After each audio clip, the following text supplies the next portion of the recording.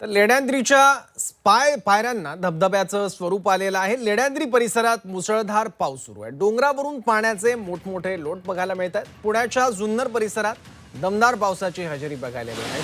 पायऱ्यांवरून अक्षरशः धबधब्यासारखं पाणी वाहत आहे। लेण्याद्रीच्या पायऱ्यांना धबधब्याचं स्वरूप आलंय। लेण्याद्री परिसरात मुसळधार पाऊस झालाय, त्यामुळे पायऱ्यांवरून पाणी वाहत आहे। पुण्याच्या जुन्नर परिसरात पावसाची दमदार हजेरी बघायला मिळाली।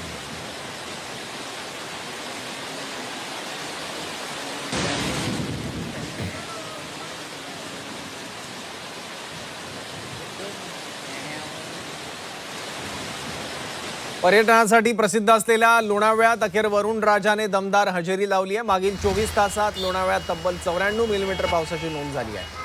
यंदा मान्सून वेळेवर न दाखल झाल्यानं पर्यटकांनी लोणावळ्याकडे काही प्रमाणात पाठ फिरवली होती, त्यामुळे पर्यटन व्यवसायावरही परिणाम झाला होता। मात्र जोरदार पावसामुळे व्यावसायिक, चिक्की व्यापारी आणि पर्यटनाशी संबंधित व्यावसायिकांमध्ये समाधानाचं वातावरण आहे।